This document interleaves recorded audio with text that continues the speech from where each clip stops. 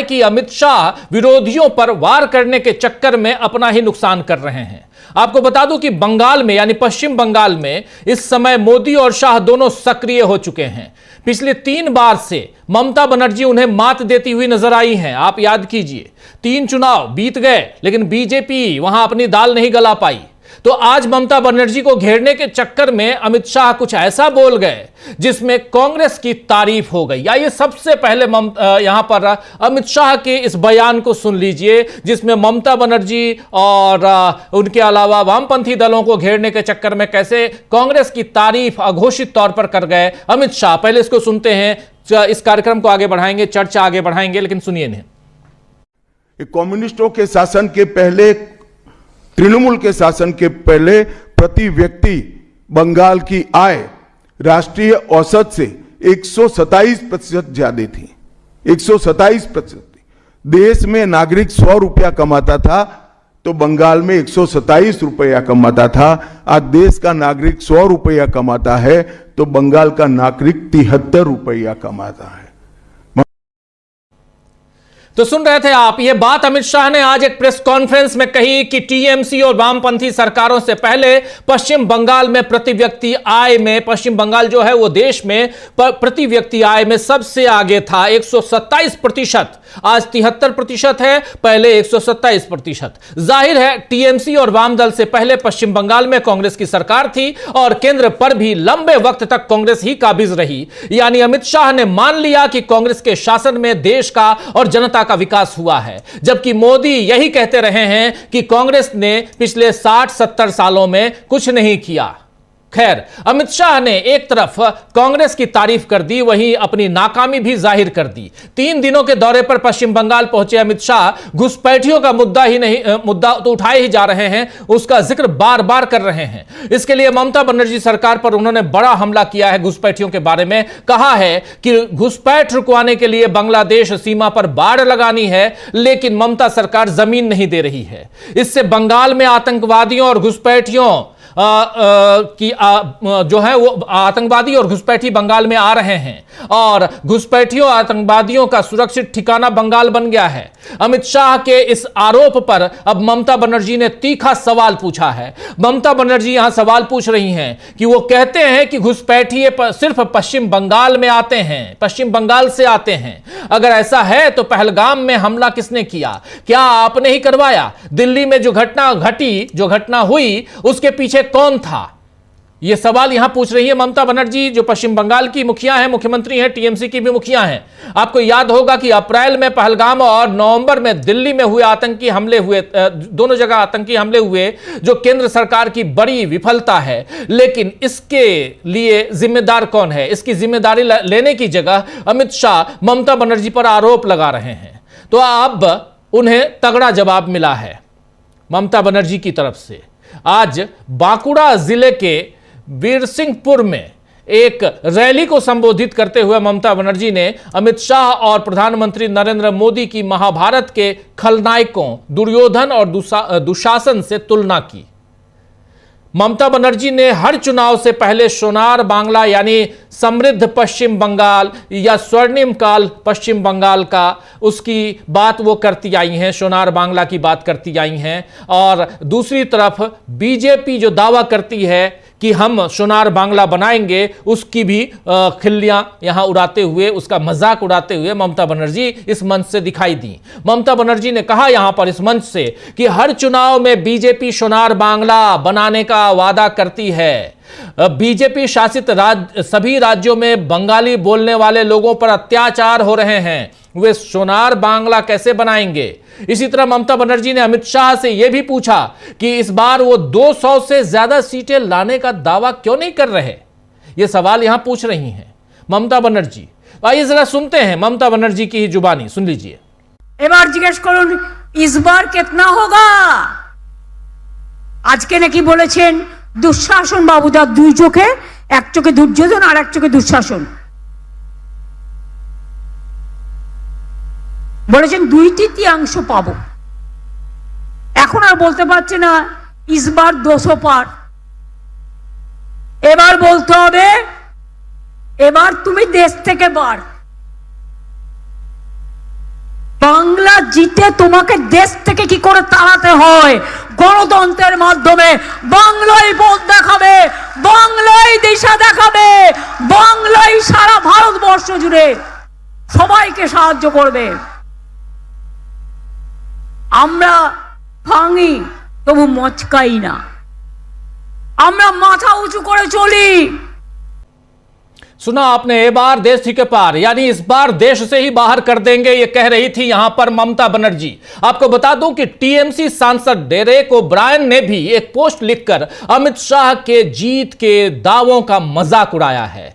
और अमित शाह ने आज कहा था कि बीजेपी अगले साल पश्चिम बंगाल में होने वाले विधानसभा चुनाव में 2/3 बहुमत से सरकार बनाएगी। इसके बाद टीएमसी सांसद डेरेक ओब्रायन ने एक्स पर जो पोस्ट किया है वो आप सामने देख रहे हैं। कह रहे हैं कि अमित शाह आज बंगाल में हैं, उन्होंने आने वाले चुनाव में सीटों की भविष्यवाणी की है, लेकिन उनका ट्रैक रिकॉर्ड क्या है जरा देखिए। और ये देखिए कहकर एक वीडियो शेयर करते हैं यहां पर अमित शाह का और डेरेक ओब्रायन। जरा उस वीडियो को हम आपके सामने लाना चाहते हैं। उस वीडियो को देखिए कि उसमें क्या कह रहे हैं, क्या दिखाना चाह रहे हैं डेरेक ओब्रायन। देखिए। छत्तीसगढ़ का चुनाव जनादेश जन आशीर्वाद से हमें भरोसा है कि हम चौथी बार सरकार में आएंगे।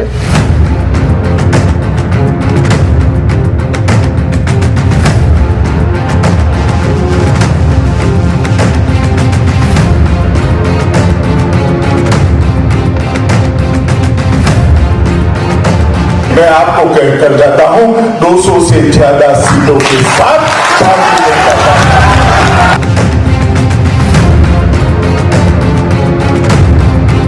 400 पार करेंगे क्या?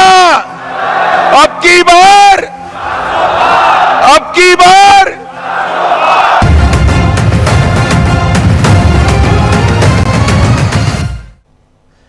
तो देखा इस वीडियो में दिख रहा है दोस्तों कि साल 2018 में अमित शाह ने छत्तीसगढ़ विधानसभा चुनाव में दावा किया था कि बीजेपी चौथी बार सरकार में आएगी, मगर पार्टी को 90 सीटों में से सिर्फ 15 सीटें मिली।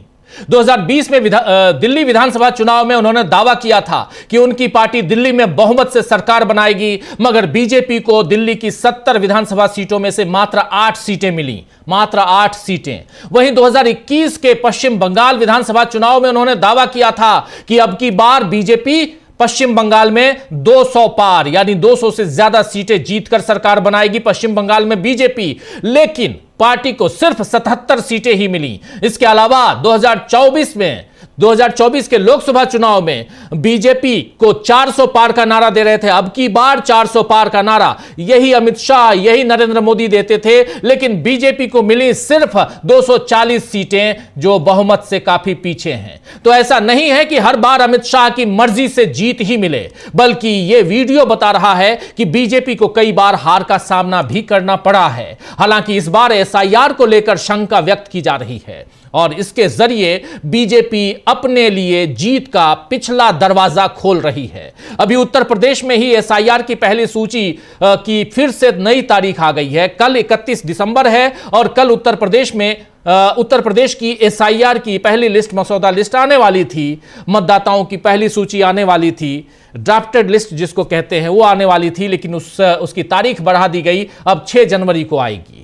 और उत्तर प्रदेश राज्य के मुख्य निर्वाचन अधिकारी ने बताया है कि 6 जनवरी को पहला ड्राफ्ट आएगा, पहली लिस्ट आएगी। यह बार बार का बदलाव बता रहा है कि चुनाव आयोग की पहले से पूरी तैयारी नहीं है। विपक्ष भी यही कह रहा है कि पूरा समय लेकर यह काम हो, हड़बड़ी में ना हो, लेकिन ज्ञानेश कुमार किसी की दलील नहीं सुन रहे हैं। इस बीच बीएलओज की मौतों का सिलसिला भी नहीं रुक रहा है। एसआईआर को लेकर अजीब किस्म की जिद बीजेपी और चुनाव आयोग दिखा रही है, और जिससे लगता है कि दाल में कुछ काला नहीं है, बल्कि पूरी की पूरी दाल ही काली है। खैर, इस काली दाल से क्या हर बार विपक्ष का जायका खराब होगा, या बीजेपी भी कभी इसका शिकार होगी, ये देखना होगा। और इन सब के बीच जब बात होती है दो चीजों की, यानी घुसपैठियों की और फिर एसआईआर की, तो क्यों बीजेपी में हाहाकार मच जाता है, इस पर चर्चा करेंगे कि क्या इस बार अमित शाह की रणनीति के भरोसे रहकर मात खाएगी बीजेपी? क्या घुसपैठियों से लेकर एसआईआर तक के मुद्दे बीजेपी को नुकसान में डालेंगे? इन तमाम मसलों पर आइए अब चर्चा की शुरुआत करते हैं। हमारे साथ कुछ वरिष्ठ साथी जुड़े हुए हैं, उनसे पहले आपका परिचय करवाता हूं, फिर आगे बढ़ते हैं। साल के आखिरी 2 दिन, साल का आखिरी सेकंड लास्ट कहें तो न्यूज पॉइंट, इसके बाद कल आखिरी और उसके बाद नए साल का आगाज, और उन सब के बीच आज इस चर्चा में यह भी समझेंगे, ये भी इस पर भी थोड़ा सा प्रकाश डालने की कोशिश करेंगे कि यह साल सियासी तौर पर कैसा रहा। हमारे साथ 4 वरिष्ठ साथी जुड़े हुए हैं। अनिल सिन्हा जी हमारे साथ जुड़े हुए हैं, शकील अख्तर जी हमारे साथ जुड़े हुए हैं, प्रफुल्ल कोलख्यान जी जुड़े हुए हैं सीधे कोलकाता से,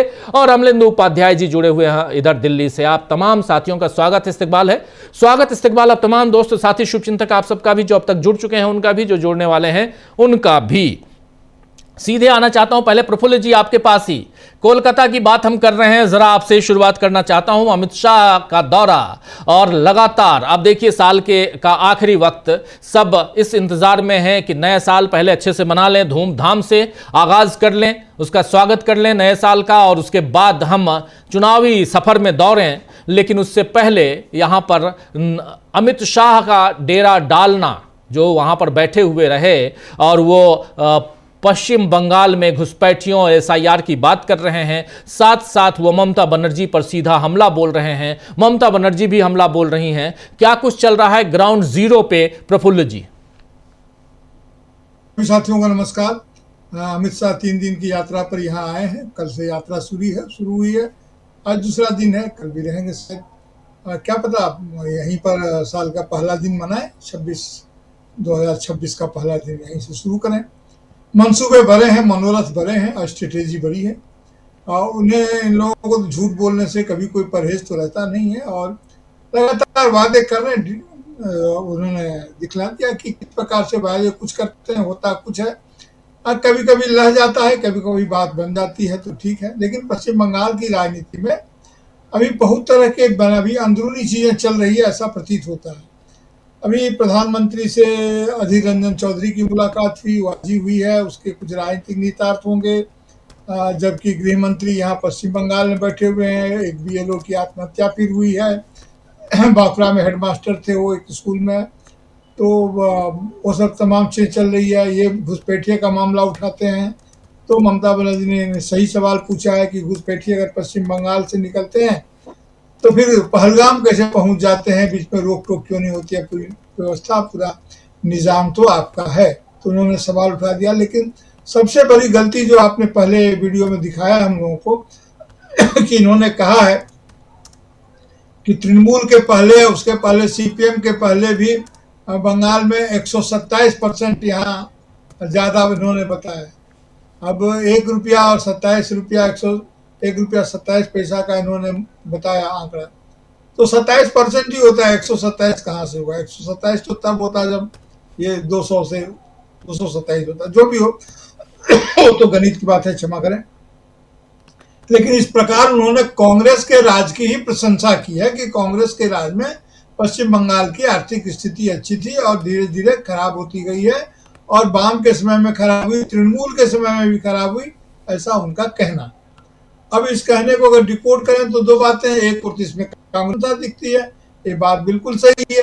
लेकिन उनको लगता है कि कांग्रेस की प्रशंसा करने से भी कांग्रेस बहुत कुछ इसका राजनीतिक लाभ, डिविडेंड नहीं ले जा पाएगी बंगाल के चुनाव में, बल्कि इससे उनको उम्मीद ये है, जो कि बिल्कुल गलत आकलन पर आधारित लगता है, कि कांग्रेस या ममता बनर्जी के कुछ वोट खिसक करके कांग्रेस की तरफ जा सकते हैं, कांग्रेस के प्रति लोगों का आकर्षण बढ़े, ममता बनर्जी के प्रति आकर्षण घटे, तो उनको राजनीतिक लाभ वोट का हो सकता है चुनाव का। लेकिन वह भी होने नहीं जा रहा है। ये अपने ही जुबान में इतने लड़खड़ाते हुए इन्होंने यह बात कही है, कोई प्रभावी तरीके से ये बात लोगों के सामने में नहीं आ पाई, ऑप्टिक्स के माध्यम से भी, और लोग इसको गंभीरता से नहीं ले पा रहे हैं। अब देखिए कि अभी पिछली बार जब चुनाव हुआ था तो 77 सीट इन्होंने जरूर था, लेकिन आज इनके पास सिर्फ 65 सीट है, और बाकी लोग 64% कुछ होगा, बाकी लोग तो वो चले गए, जाकर के वापस गए, और किस तरह से वापस गए थे पिछले चुनाव में ये तो इन लोगों ने देखा ही था। सिर मुड़ा के गए, पानी नहा के गए, स्नान कर, ममता बनर्जी ने हर उनका कर्म वो करा दिया।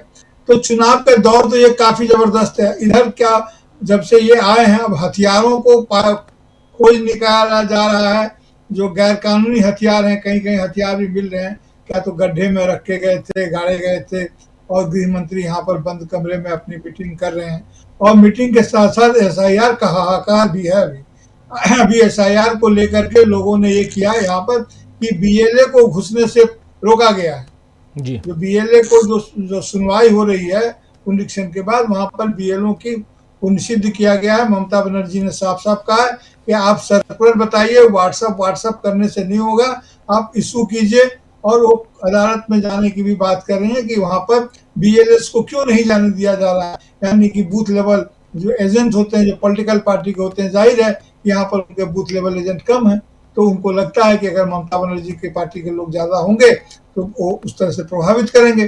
जबकि बिहार में उन्होंने BLS की पूरी फौज खड़ी कर दी थी। तो ये तमाम गतिविधियां चल रही है यहाँ पर। और इस चलने के साथ ही साथ अब कांग्रेस में भी जो गठबंधन है, इंडिया गठबंधन, तो ममता बनर्जी ने शुरू में ही कह दिया था बिहार का चुनाव आते ही कि कांग्रेस के साथ कोई चुनावी समझौता नहीं है।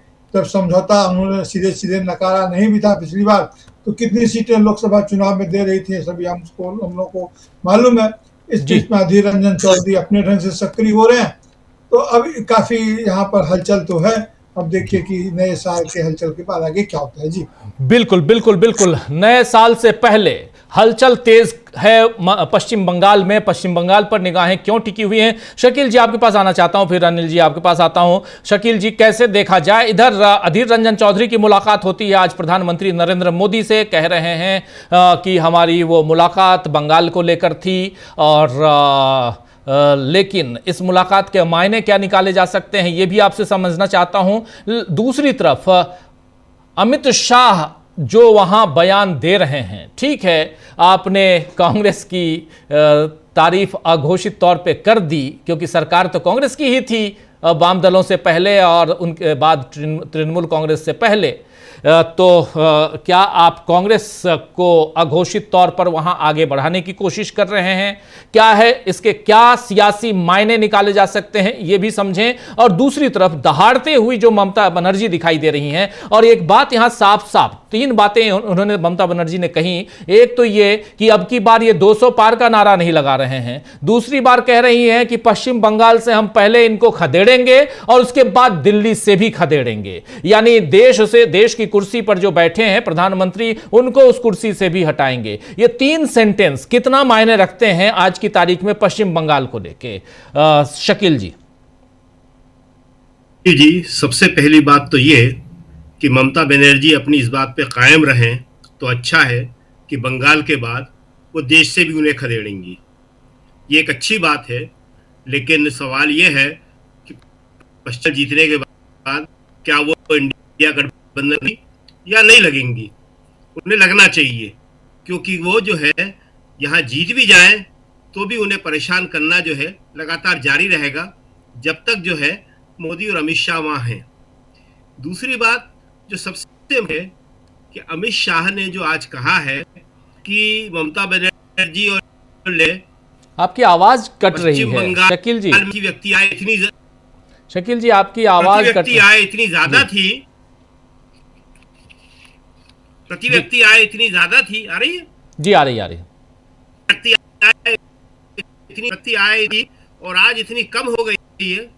इसका सीधा वही है जो आप बता रहे हैं कि वो वहां थोड़ा कांग्रेस को मजबूत करना चाह रहे हैं, ताकि कांग्रेस जो है ममता बनर्जी वोट काट खुद लड़ने में। शकील जी माफी चाहूंगा, शकील जी रिकनेक्ट कर लीजिए, माफी चाहूंगा आपका। शकील जी रिकनेक्ट कर लीजिए प्लीज, क्योंकि आपका वीडियो डाउन हो रहा है। तब तक जल्दी से पहले अमलेंदु जी आपके पास, फिर अनिल जी के पास आता हूं। अमलेंदु जी, आप इसको कैसे देखते हैं? क्या इस बयान से, अमित शाह के इस बयान से, यहां दो, एक अमित शाह का बयान और इसी सवाल के साथ अनिल जी के पास भी आता हूं। एक तो ये कि क्या अमित शाह का बयान जो है वो कहीं ना कहीं कांग्रेस को वहां मजबूत करने के लिए है, और दूसरा ममता बनर्जी की जो 3 सेंटेंसेस हैं, जो उनके जो बयान के जो 3 लाइनें हैं, उसके क्या मायने रखे जाएं कि हम पहली बात कि आप 200 पार का नारा नहीं लगा रहे हैं, दूसरी बात हम पश्चिम बंगाल में आप उसे खदेड़ेंगे, तीसरी बात हम देश से खदेड़ेंगे।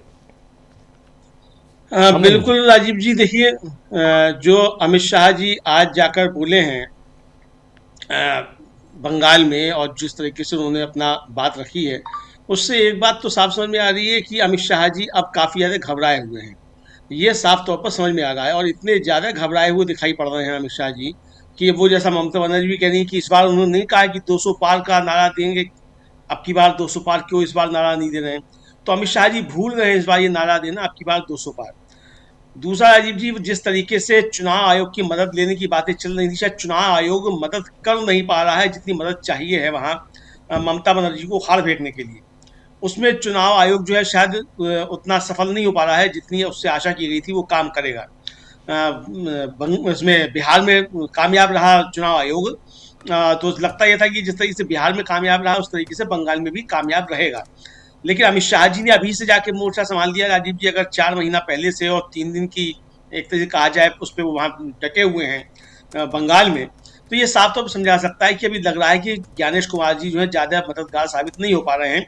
तमाम SIR प्रक्रिया, उसमें भी नाम काटना, उसके बाद फिर माइक्रो ऑब्जर्वर नियुक्त करना, सारी चीज़ें होने के बाद तो घबराहट जो है अमित शाह जी की वो साफ तौर पर आज दिखाई पड़ रही थी, और ये ममता बनर्जी भी कह रही हैं।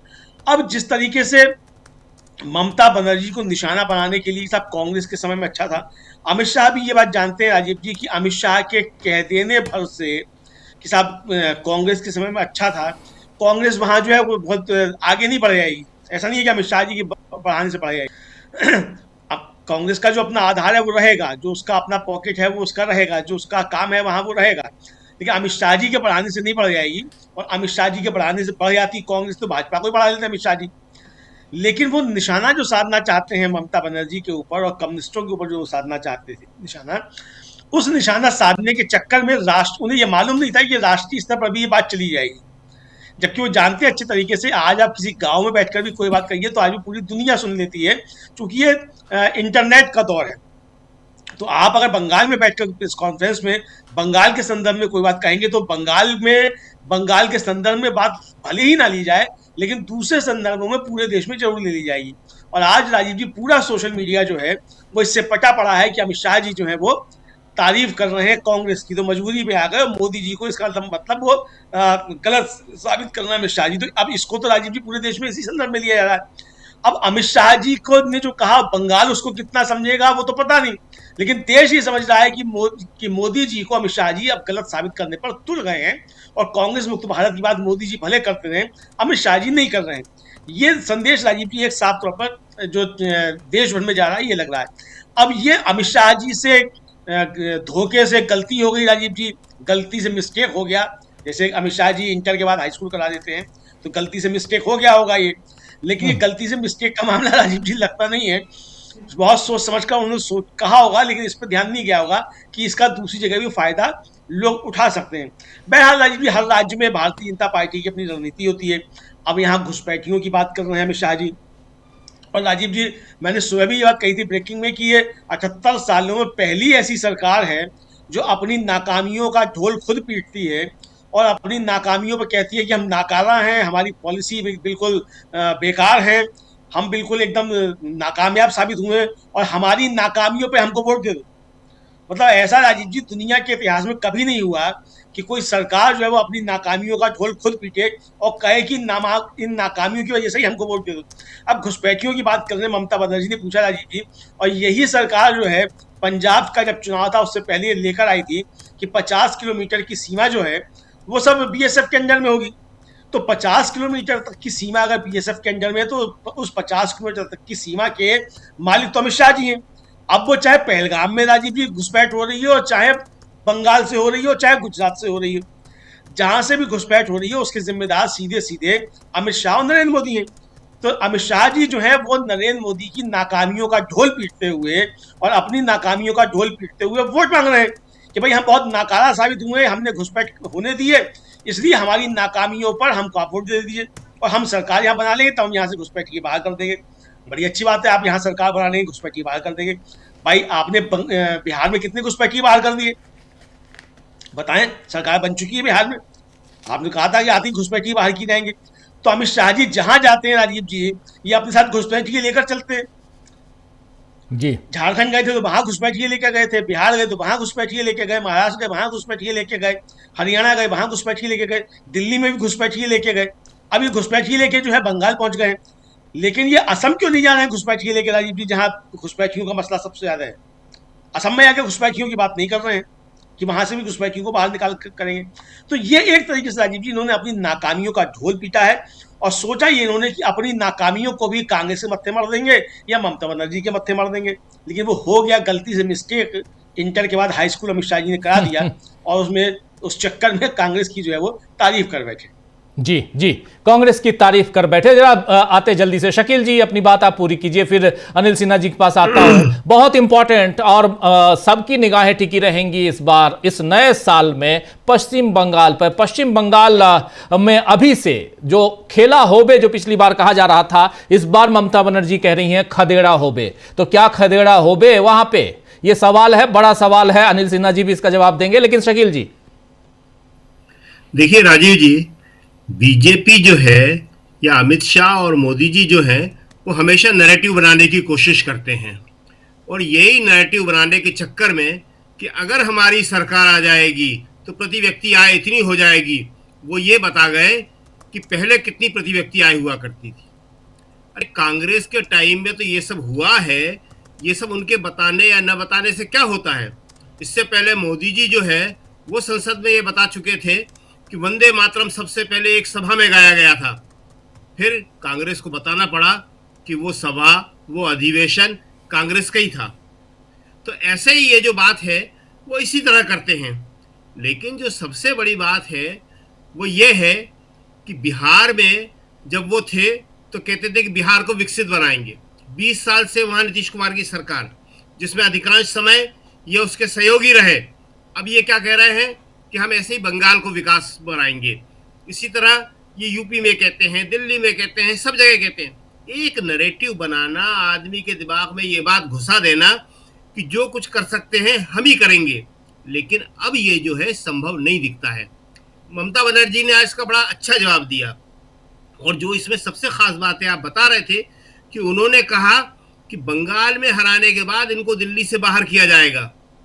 ममता बनर्जी को इस पे काम करना चाहिए, और दिल्ली से बाहर करने के लिए उन्हें सबके साथ, विपक्ष के साथ मिलकर काम करने की बहुत सख्त ज़रूरत है। क्योंकि आज जो ममता बनर्जी को परेशानी है उसकी वजह यही है कि दिल्ली में इनकी सरकार है।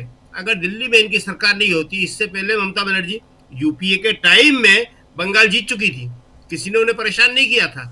यूपीए के टाइम में जब चुनाव हुए थे, आराम से शांतिपूर्ण चुनाव हुए थे, और ममता बनर्जी पहली बार वहां पे जीत गई थी। लेकिन आज ममता बनर्जी के लिए कितनी मुश्किलें हैं। एसआईआर आ रहा है, उनके आदमियों को तोड़ा जा रहा है, आरोप लगाए जा रहे हैं, जो भी कुछ संभव है वो सब किया जा रहा है। तो ये ममता बनर्जी को भी समझना चाहिए कि चुनाव इतने मुश्किल, इतने अनफेयर इससे पहले कभी नहीं थे। इसके अलावा आज जो है एक बड़ी खबर है, हम शायद इसके बारे में दूसरे दौर में बात करेंगे, आप भी शायद चाहेंगे। न्यूयॉर्क टाइम्स ने आज जो छापा है आरएसएस के बारे में, वो बहुत ही महत्वपूर्ण बात है। ये जो बात है इससे पहले बीबीसी भी कर चुकी थी, बीबीसी ने भी एक डॉक्यूमेंट्री बनाई थी, आपको याद होगा जी। और फिर बीबीसी के ऊपर छापे पड़े थे। तो लेकिन ये बाद में बात करेंगे। आज जो बंगाल की बात हो रही है, इसमें जो सबसे खास बात है वो ये है कि बंगाल के अंदर पिछली बार की तरह बीजेपी चुनाव नहीं लड़ रही है। क्यों नहीं लड़ रही है? क्योंकि उसे मालूम है कि बहुत बड़े दावे करने का हश्र वही होगा जो आज ममता बनर्जी उसको चैलेंज कर रही थी कि बोलो 200 पार। क्यों नहीं बोलते हो 200 पार? वो जानते हैं कि स्थितियां अब बदल गई हैं। लोकसभा में उनके पास बहुमत नहीं है। देश में जो परिस्थितियां 2025 में उत्पन्न हुई उससे वो कमजोर हुए हैं। अधीर रंजन चौधरी का आपने जिक्र किया, ऐसे छोटे मोटे परिवर्तन होते रहेंगे, छोटी मोटी चीजें होंगी। हो सकता है अधीर रंजन चौधरी को कुछ परेशानी हो, कांग्रेस में उनके साथ कुछ परेशानियां चल भी रही हैं, लेकिन वो जो होगा उससे बीजेपी को इस तरह की चीजों से कोई फायदा नहीं होगा, क्योंकि वो तो बहुत बड़ी तादाद में टीएमसी को तोड़ के अपने मिला चुके थे। तब भी उससे भी फायदा नहीं हुआ, क्योंकि टीएमसी में जो नेता है वो ममता बनर्जी हैं, और ममता बनर्जी के पास कार्यकर्ता हैं, लोग हैं और जनता है। इसलिए शकील जी जब वो शुभेंदु अधिकारी को लेके गए तब कुछ नहीं हो पाया। पिछले चुनाव में याद कीजिए, ममता बनर्जी की इनर सर्किल, राइट हैंड, उनको लेके गए तब कुछ नहीं हो पाया, तो छोटे नेताओं को लेके जाएंगे तो क्या? आपकी ही बात को मैं आगे बढ़ा रहा हूं एक नाम के साथ। जी बिल्कुल सही कह रहे हैं। तो इसलिए इधर से उधर जाने में मोदी जी को या अमित शाह को कोई फायदा होने वाला नहीं है। देखिए, सबसे बड़ी बात है कि पूरे देश में नैरेटिव क्या चल रहा है, पूरे देश में माहौल क्या चल रहा है। ममता बनर्जी कह रही है ना कि बंगालियों को मारा जा रहा है, सोनार बंगाल की बात कर रहे हो, और बंगालियों के साथ क्या हो रहा है, नार के साथ, हर के साथ क्या हो रहा है। इतनी गंभीर स्थिति है। राहुल गांधी ने जो कहा है कि एक दिन में नहीं हुआ, पूरे देश में इन्होंने पेट्रोल छिड़क दिया है, सिर्फ मांस खाने की जरूरत है। इतनी भयंकर स्थिति, इतना मार्मिक उसका बयान आखिरी लड़के का कि मैं इंडियन हूं। आप क्या कर रहे हैं आखिर? आप देश को किस तरह बांट रहे हैं? पहले जाति पे बांटा, फिर धर्म पे बांटा, फिर क्षेत्र के आधार पे बांट रहे हैं, भाषा के आधार पे, फिर चेहरों के आधार पे। और जो यूपी में हो रहा है वो उसको इंटरेस्टिंग नहीं कह सकते, वो खतरनाक ही है कि सीधे सीधे ब्राह्मण और राजपूत विधायक जो है आमने सामने खड़े हो गए जी।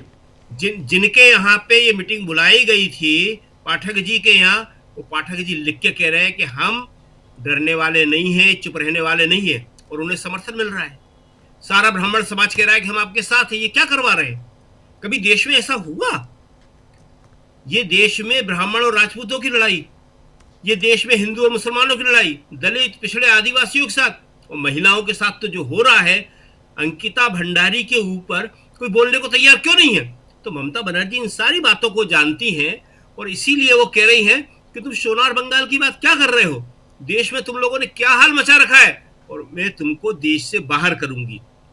ये बात हमें सबसे ज्यादा इंपॉर्टेंट इसलिए लग रही है कि पिछली बार जब इंडिया गठबंधन बन रहा था और बन भी गया था, लड़ाई हुई, तो कई दल थे जो थोड़ा इधर उधर हो रहे थे, लेकिन आज सारे दलों को ये बात अच्छी तरह समझ जाना चाहिए कि चाहे SIR का मुद्दा हो, चाहे देश में हिंसा का मुद्दा हो, उसका कारण क्या है कि सबको जो संरक्षण मिलता है वो ऊपर से मिलता है।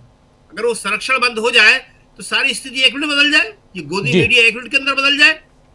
तो ये स्थितियां जो हैं गोदी मीडिया से लेके चुनाव आयोग तक, ये इसीलिए है कि उन्हें लगता है कि हमारा कोई कुछ बिगाड़ नहीं सकता।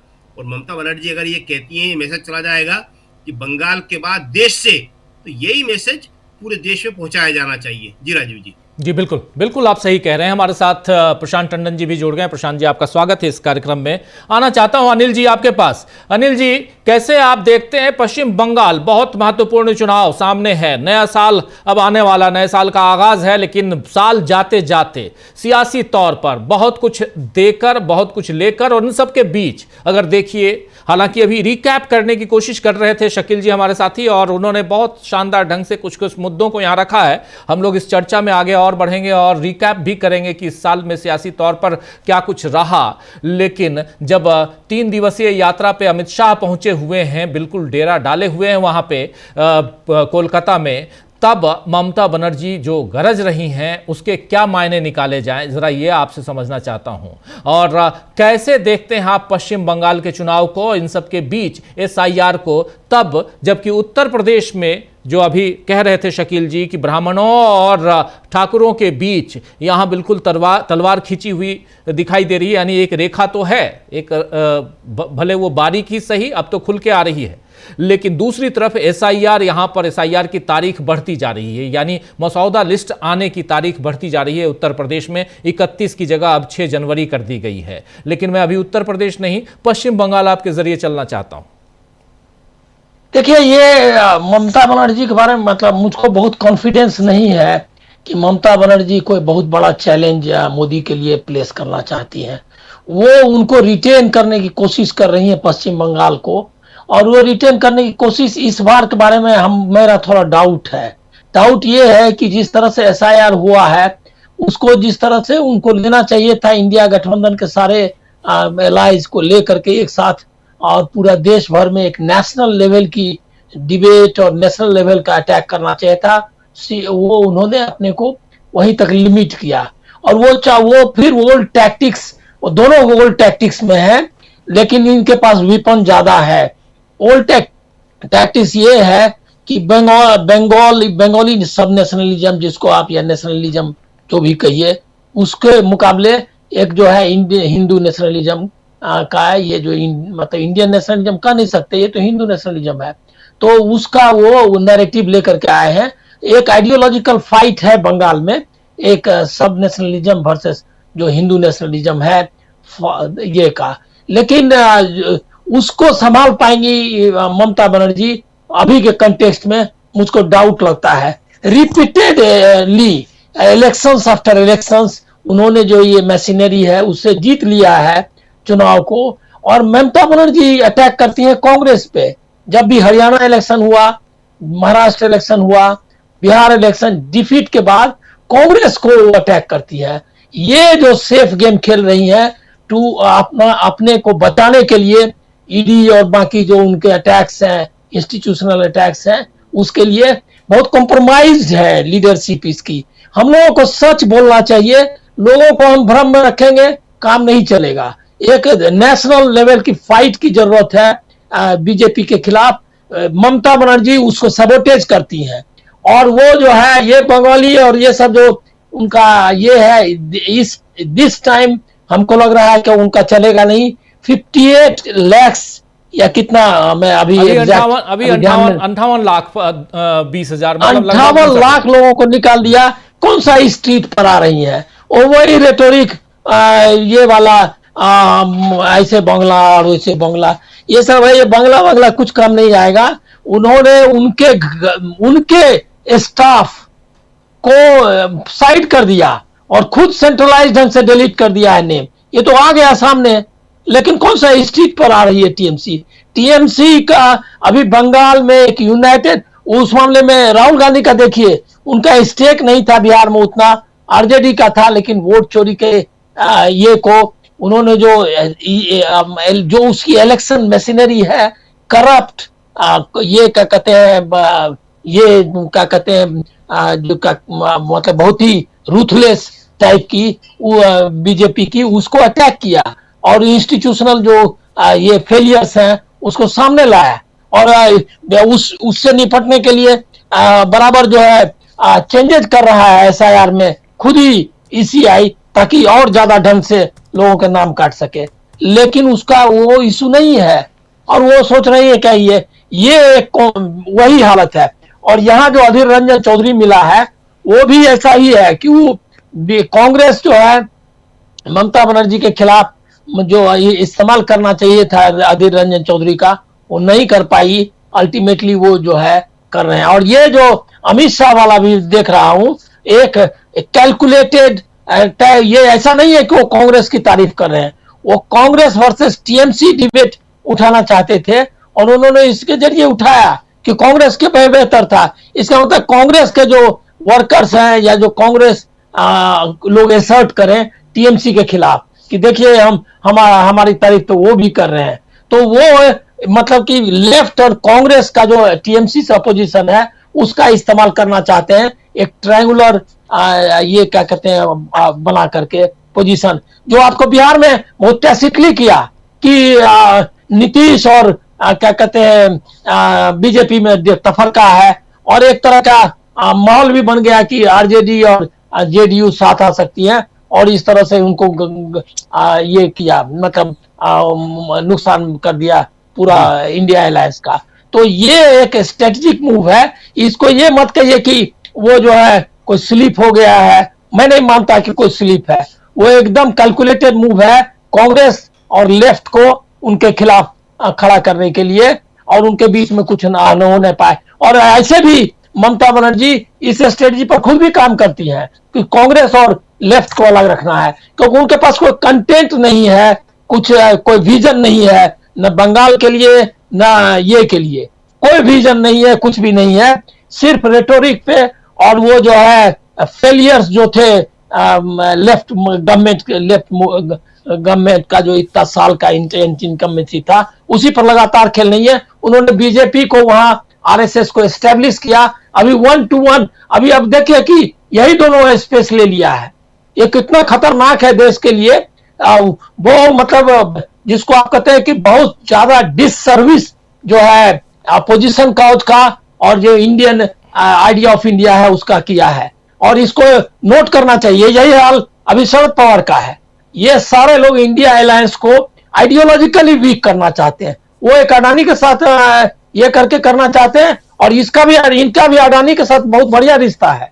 तो ये एक पॉलिटिक्स एक अलग लेवल की चल रही है। इसको हम लोगों को ये क्या कहते हैं सुपरफिशियली या इस तरह से मतलब हमको लग रहा है सब्जेक्टिव ढंग से देखने की जरूरत नहीं है। हम लोगों को अच्छा लगता है कि ममता बनर्जी खड़ी हो।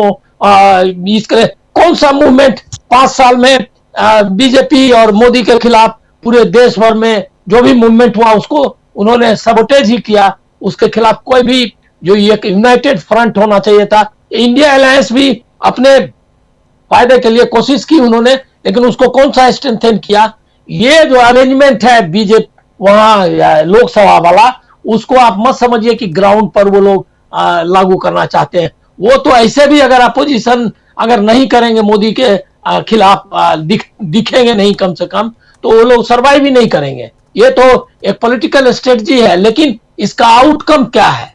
आप कोई नैरेटिव बनाने में मदद कर रही हैं और न कोई ग्राउंड पे कोई फाइट के लिए लोगों को तैयार कर रही हैं। बीजेपी इस बार जिस मशीनरी के साथ और जिस रूथलेसनेस के साथ बंगाल में आएगी, मैं आपको मतलब बहुत लेट है, आगे होगा। और आप लोगों को भी शायद रुचि, हम लोग चाहते हैं कि हम भी चाहते हैं कि बीजेपी हट जाए, लेकिन मैं एक कहना चाहूंगा कि ये जो है हमारी उम्मीदें खड़ी मतलब सही साबित नहीं हो सकती हैं, क्योंकि आप देख रहे हैं कोई इलेक्शन आफ्टर ये लोकसभा के बाद किसी इलेक्शन को जीतने दिया क्या? अनिल जी, आप ये कह रहे हैं कि पश्चिम बंगाल में बीजेपी की सरकार आने जा रही है, ये कह रहे हैं? अरे जा रही, मैं ऐसे कंक्लूजन पे नहीं अभी कोई ये करूंगा, क्योंकि वहां अभी ये है, लेकिन वो बहुत दिक्कत में डालेगी। ये मैं कह रहा हूं कि कठिन है रास्ते, और कठिन रास्ते का जो उससे जो लड़ने का तरीका है ममता बनर्जी का, बहुत ही आउटडेटेड और बहुत ही सेल्फिश है।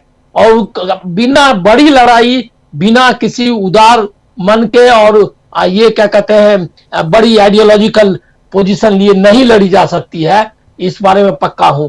वो भी एंड अप कर सकती है, चंद्रबाबू नायडू नहीं अगर कहें शरद पवार में एंड अप करेंगी। इसीलिए इन पर कोई भरोसा मत रखिए। एक आपको जो एंटी बीजेपी और एंटी मोदी जो फाइट है वो बहुत कठिन है, और ये हम लोगों के विशफुल थिंकिंग से नहीं चलने वाला है। बहुत स्ट्रांग पोजीशन की जरूरत है उनके तरफ से। हम लोग क्या करेंगे? हम लोग तो जो बात है वही कर सकते हैं। जी बिल्कुल। प्रशांत टंडन जी,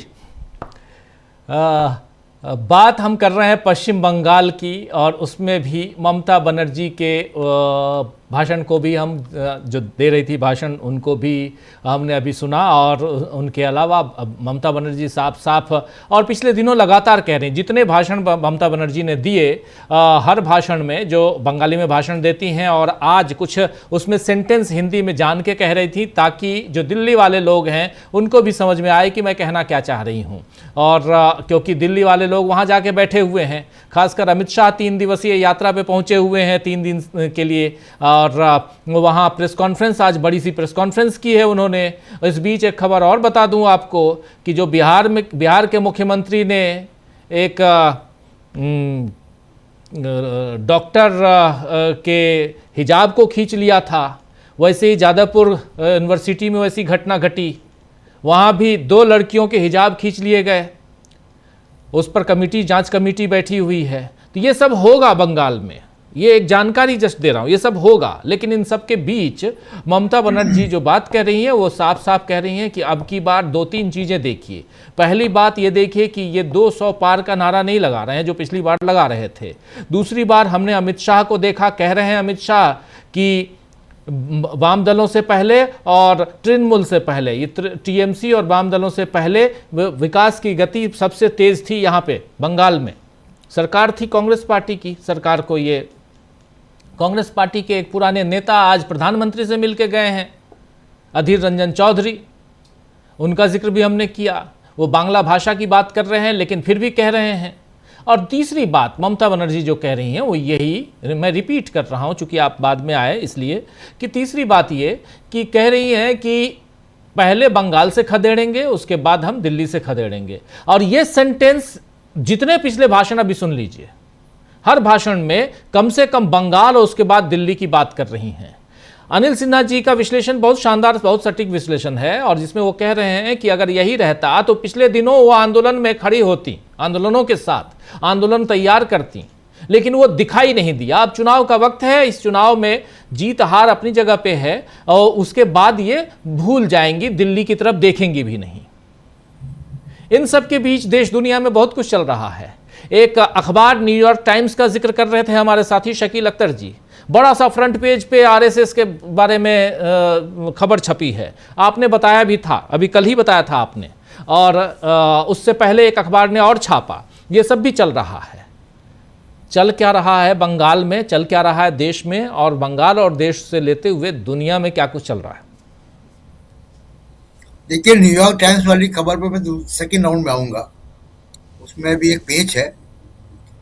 लेकिन देखिए, ममता बनर्जी के निशाने पर दिल्ली बिल्कुल भी नहीं है, और हम दिल्ली से बैठ के अगर ममता बनर्जी को देखेंगे तो हम गलती कर पाएंगे, कर बैठेंगे।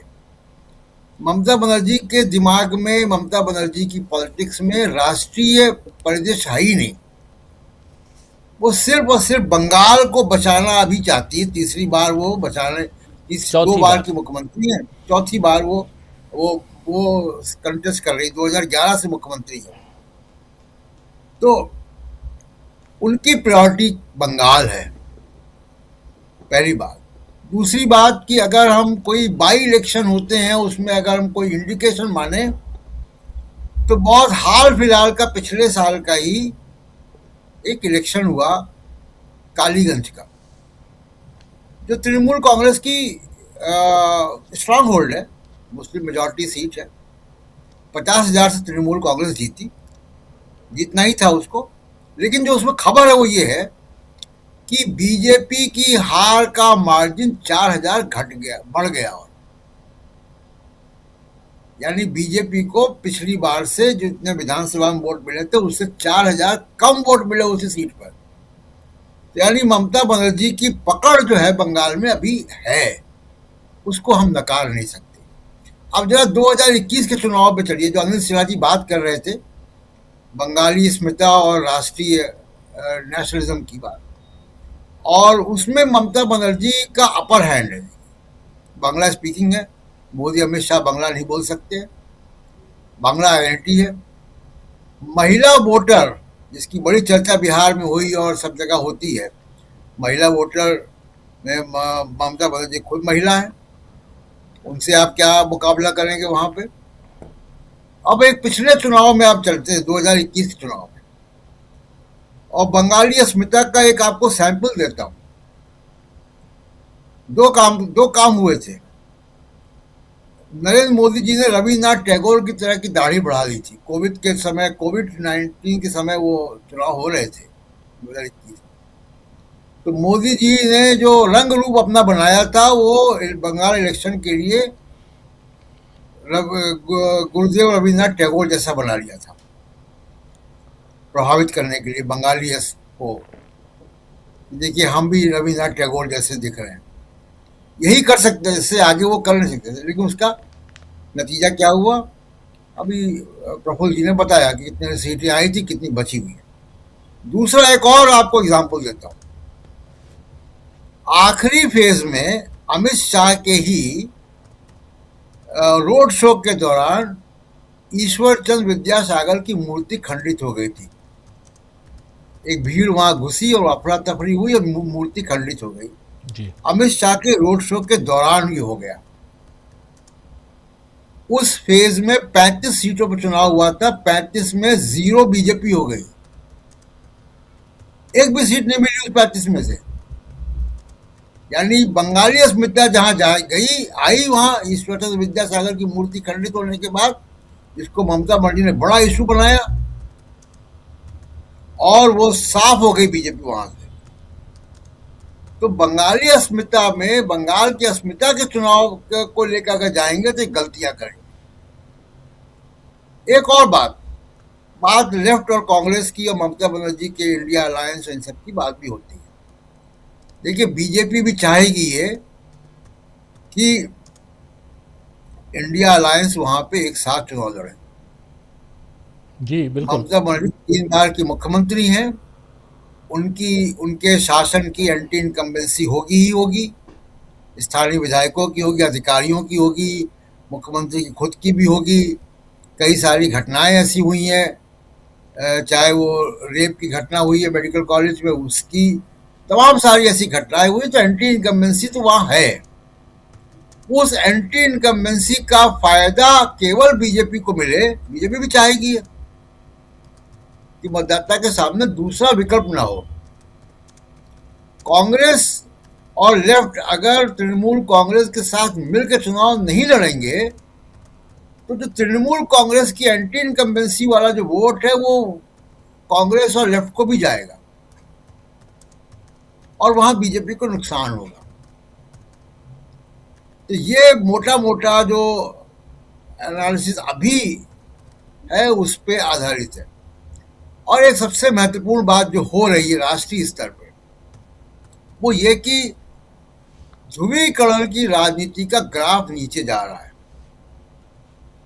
और जरा उस पे आऊं मैं, एक आखिरी बात ये भी कह दूं कि अभी आपने सुनाया अमित शाह जी कह रहे थे कि बंगाल का per capita income. Amit Shah से पूछिए कि जरा उत्तर प्रदेश का भी तो बता दें, वहां भी तो डबल इंजन सरकार है। राज्य और यूनियन टेरिटरी मिला के 33 हैं, 33 33 में 32वां नंबर है उत्तर प्रदेश का पर कैपिटा इनकम में, नीचे से दूसरा। जी तो जरा अपने राज्यों की तो बताएं ना कि वहां पे उन्होंने उत्तर प्रदेश में क्या किया। बड़े हाई प्रोफाइल मुख्यमंत्री हैं, बुलडोजर पर खड़े हुए हैं वो तो बुलडोजर से पर कैपिटा इनकम नहीं बढ़ पा रही क्या? डबल इंजन की सरकार है और डबल इंजन के साथ साथ मैं कहूंगा कि 2-3 इंजन और भी लगे रहते हैं। गवर्नर भी उन्हीं का है, मुख्यमंत्री भी उन्हीं का है, इलेक्शन कमीशन भी उन्हीं का है, फिर भी पर कैपिटा इनकम नहीं बढ़ पा रही है। अब जो बात है कि राष्ट्रीय स्तर पर ध्रुवीकरण की राजनीति का ग्राफ नीचे जा रहा है, हिंदू मुसलमान की पॉलिटिक्स का सूरज अस्त हो रहा है और इसके साफ प्रमाण दिख रहे हैं। और वो प्रमाण 2025 के जाते जाते बहुत स्पष्ट तौर पर दिखाई दे रहे हैं। और अगर ये नहीं होता, हिंदू मुसलमान की पॉलिटिक्स का जो असर है वो कम नहीं हो रहा होता या उसका ग्राफ नीचे नहीं जा रहा होता, उस पर समाज में अब उतनी ध्रुवीकरण का स्कोप नहीं बचा है, तो ये दो बातें हुई अरावली को लेकर और दूसरा जो कल फैसले हुए दो सुप्रीम कोर्ट से जो स्टे हुआ, जो सीबीआई ने अपील की उन्नाव रेप केस में, वो दोनों बातें जो है वो नहीं होती, सीबीआई अपील नहीं करती। अभी तक आप देखिए कि कितना घमंड था कि उसको उन्होंने बीजेपी से निकाला नहीं, बड़े समय तक वो रहा कुलदीप सिंह सेंगर को, क्योंकि तब हिंदू मुसलमान पॉलिटिक्स चल रही थी, अपने चरम पे थी। तब इनकी एरोगेंस चलती थी कि मैंने ये फैसला कर लिया है, जनता को मानना है माने, ना मानना हो ना माने, हम तो हिंदू मुसलमान करके सब निपटा देंगे। कोविड का मामला हो, नोटबंदी का मामला हो, बहुत एरोगेंस के साथ ये। लेकिन अब छोटे छोटे फैसलों पर यू टर्न हो रहा है। तो यू टर्न इसीलिए हो रहा है कि हिंदू मुसलमान की पॉलिटिक्स नीचे जा रही है। तो बंगाल का दुर्ग अभी बावजूद इसके मैं कहूँगा कि SIR में घपले किए हैं, अभी बहुत मुश्किल है। जी राजीव। अभी बहुत मुश्किल है, सही कह रहे हैं। आता हूं फिर से प्रफुल्ल जी आपके पास। हमारे तमाम साथियों की आप बात सुन रहे थे। बंगाल में चूंकि आप हैं, क्या दिख रहा है आपको, जरा आप बड़ी ईमानदारी से बताइए। देखिए सर, ईमानदारी की बात तो ये है कि हम जब विश्लेषण करते हैं तो क्लासिकल और प्रैक्टिकल दोनों स्केल को एक साथ अलग अलग गुटों पर नहीं लागू कर सकते। एक स्केल अपनाना होगा, या तो क्लासिकल अपनाए या प्रैक्टिकल अपनाए। मैं प्रैक्टिकल पर ही सच्चाई की अगर तलाश करता हूँ तो जो अनिल सर बोले और प्रशांत सर बोले, ये बहुत ही इम्पोर्टेंट इसलिए बोले कि आज के बंगाल की राजनीति को ये समझने में मदद मिल रही है। देखिए, बंगाल की राजनीति हमेशा केंद्र से तनाव के रूप में चली। जब कभी भी नहीं हुआ था तो 1967 में जब संवित सरकार का दौर आने लगा था, तभी बांग्ला कांग्रेस बोल के एक कांग्रेस हुआ था, अजय मुखर्जी जिसके मुख्यमंत्री थे, आपको याद होगा। मैं फिर इतिहास में जाने की गलती नहीं कर रहा हूँ, लेकिन सिर्फ संदर्भ दे रहा हूँ कि अजय मुखर्जी जिसके हुआ करते थे और ज्योति बसु जिसमें डिप्टी CM हुए थे। तो उस समय से कांग्रेस हो या कोई भी दल हो, अगर वो क्षेत्रीय अस्मिता इसको बोलते हैं या सब नेशनलिटी बोलते हैं या बांग्ला बोलते हैं, उस बांग्ला अस्मिता के साथ उसको अपना एक अपनी अलग पहचान चाहिए, जो केंद्र से अलग चाहिए, जो केंद्र के वशीभूत होकर न हो। CPM का भी यहाँ पर जब राज चलता था तो CPM का बंगाल चैप्टर एक अलग ढंग से समझा जाता था। जब प्रकाश कारात आए और यहाँ के लोगों को ये लगा, और यहाँ पर सोमनाथ चट्टोपाध्याय का जिस कारण से बहिष्कार हुआ तो मैंने उनको दल से निकाला गया, वो जानते हैं अध्यक्ष रहते हुए विधान लोकसभा का, तो उससे यहाँ के लोगों को लगा कि ये बंगाली अस्मिता पर ही प्रहार है, बंगाली का नेता कोई अबंगाली हो नहीं सकता है। वो ये उनके मन में बिल्कुल है, और उनका अपना राष्ट्रीय गौरव है। जरा ध्यान से अगर उधर भी देखेंगे तो बंगाल बहुत बड़ा क्षेत्र था, हालांकि आप पश्चिम बंगाल उतना बड़ा क्षेत्र पहले की तरह का नहीं है, लेकिन फिर भी वो बात तो वही है, और ये अपना नेता खुद ही होंगे। और यहाँ की अस्मिता की बात अभी जब वो कह रहे थे ममता बनर्जी को, निश्चित रूप से सर ने बिल्कुल ठीक कहा कि राष्ट्रीय राजनीति में इनकी अभी फिलहाल कोई दिलचस्पी नहीं है। क्यों दिलचस्पी नहीं है? इसलिए दिलचस्पी नहीं है कि राष्ट्रीय राजनीति में ममता बनर्जी अकेले दम कभी भी प्रधानमंत्री या सरकार बनाने की स्थिति में नहीं होंगी। वो प्रेशर से ही वो काम कर सकती हैं, जो उस समय में उनकी लाइन वही हो सकती है जो कभी कांशीराम कहा करते थे, मजबूत नहीं मजबूर सरकार चाहिए।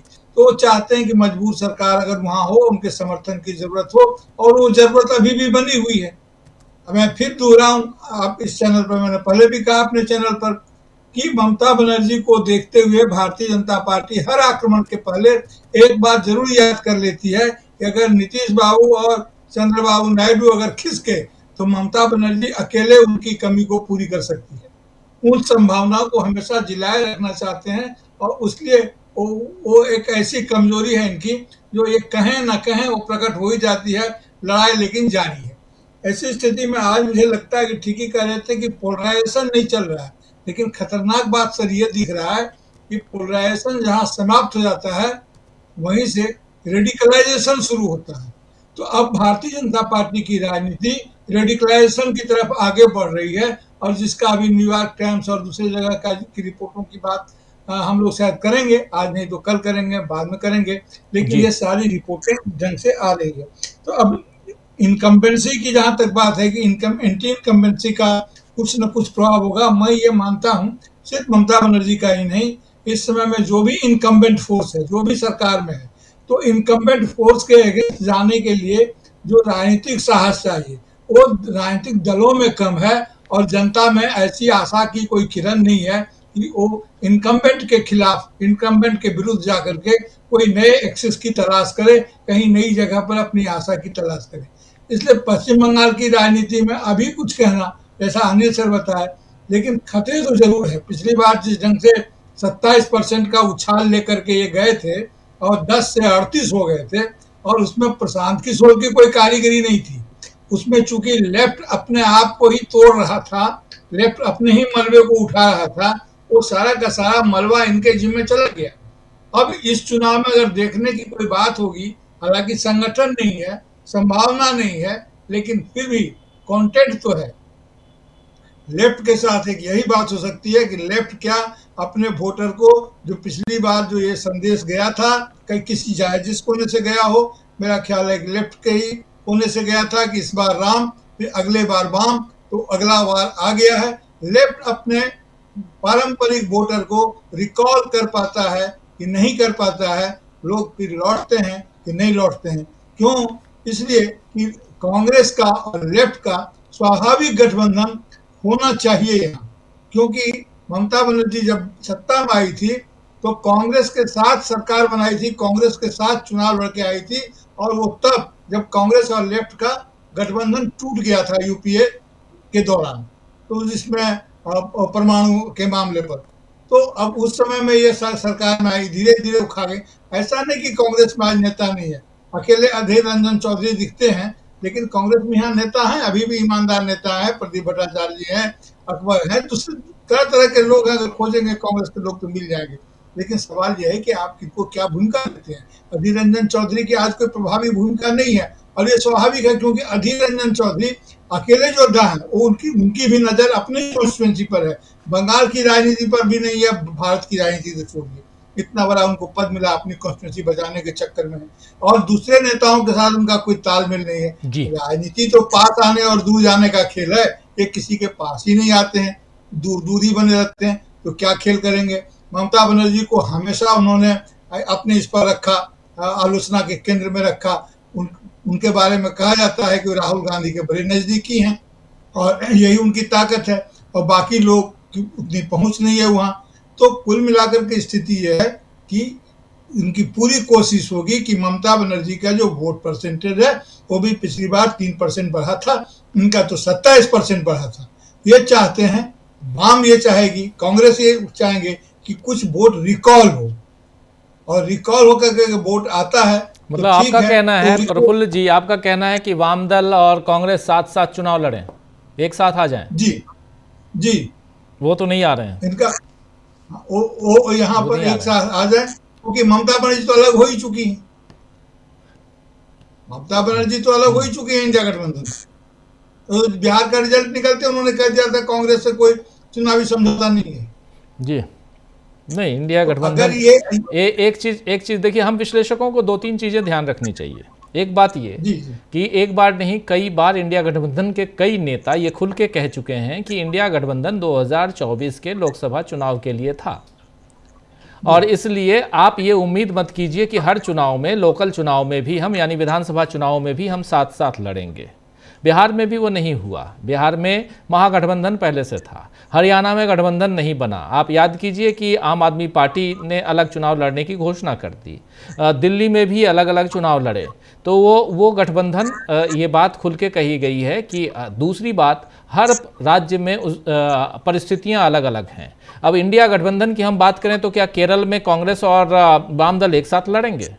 वहाँ तो दोनों आमने सामने हैं, एक साथ तो लड़ेंगे नहीं, तो वहाँ कौन सा इंडिया गठबंधन? और क्यों हम वहाँ इंडिया गठबंधन की बात करें, क्यों हम इंडिया गठबंधन के नेताओं को